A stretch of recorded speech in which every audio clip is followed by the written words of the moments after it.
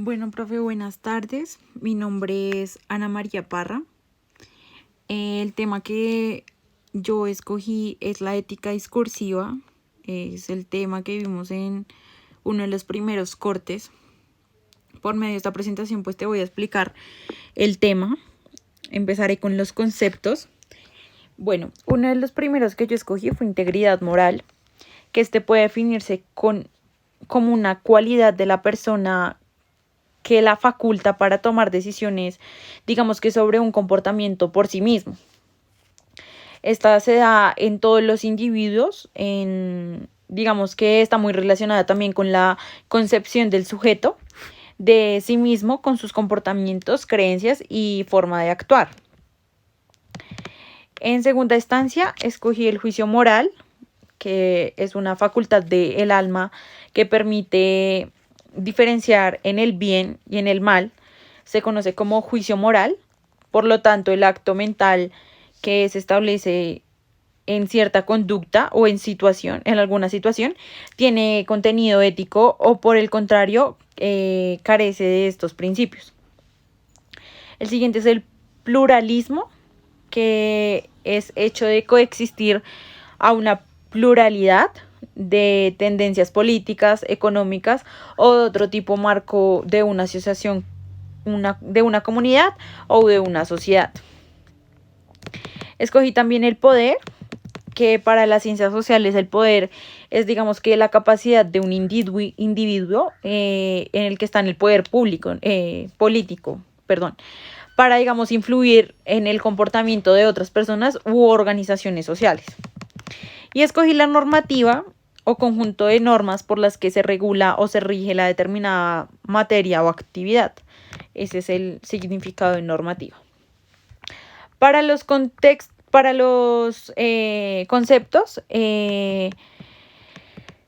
puse citas del artículo y en dicho documento, pues, digamos que de la integridad moral, según dice el artículo dice, abro comillas, la ética discursiva debe ser construida como una construcción moral sobre ese poder que asegura su integridad moral en relación con la racionalidad del respectivo discurso.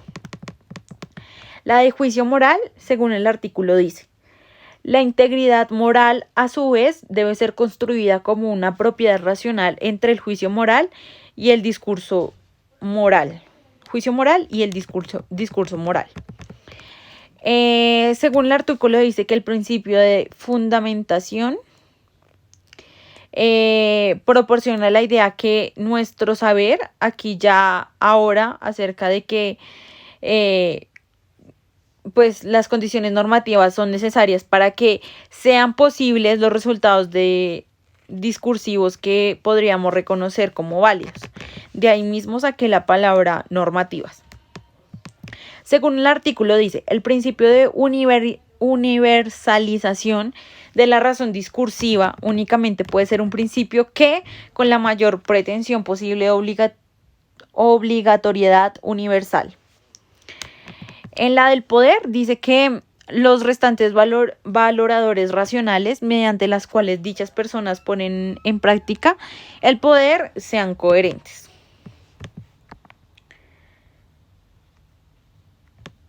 Bueno, la introducción de este texto desvía esta controversia mediante la sugerencia. Bueno, de primeras, que es el discurso argumentativo, que ejercemos un poder racional para nuestro entendimiento común de las buenas razones. Y dos, que la ética discursiva debe ser construida como una construcción moral sobre este poder que la asegura de su integridad moral en relación con la racionalidad del respectivo discurso. Bueno, en el texto expositivo, por medio de 2 hojas, básicamente nos responde estas preguntas, ¿qué es la clase de moral racional en la ética discursiva? ¿Qué normaliza normalmente o moralmente la ética discursiva? Digamos que esta pregunta determinantemente es fácil de responder cuando se plantea en relación con otras teorías fundamentales de la filosofía moral normativa. Asimismo, pues el ontologismo trata del respeto por las personas autónomas y normaliza normalmente las obligaciones y derechos, el cual estudia los beneficios derivados de la corporación entre las personas y se encarga de normalizar de una perspectiva moral aquellas asociaciones acordadas de una forma justa. El utilitarismo también trata, digamos, de las consecuencias de los actos que benefician a una gran cantidad de desinteresados de forma conjunta y normaliza moralmente principios de máxima máxima, como te digo, de imparciales, ¿sí me entiendes? También en el texto se habló en particular sobre la comparación con otras formas prácticas de orientación de pensamiento y de la actuación de los hombres, digamos que es la irreversible universalidad concreta de la orientadora propia de la razón discursiva. En este punto, pues digamos que se puede introducir, por decirlo así, el concepto de poder discursivo, que se denomina a la forma práctica la discusión sobre la bondad específica de razones a partir de las cuales actuamos y emitimos juicios, la cual se somete a valoración a través de actos argumentativos. Digamos, más bien lo que nosotros valoramos en los discursos es cuando las cosas son apropiadas y son razones a partir de las cuales alguien quiere reivindicar la validez de determinados juicios o hechos, valores o normas.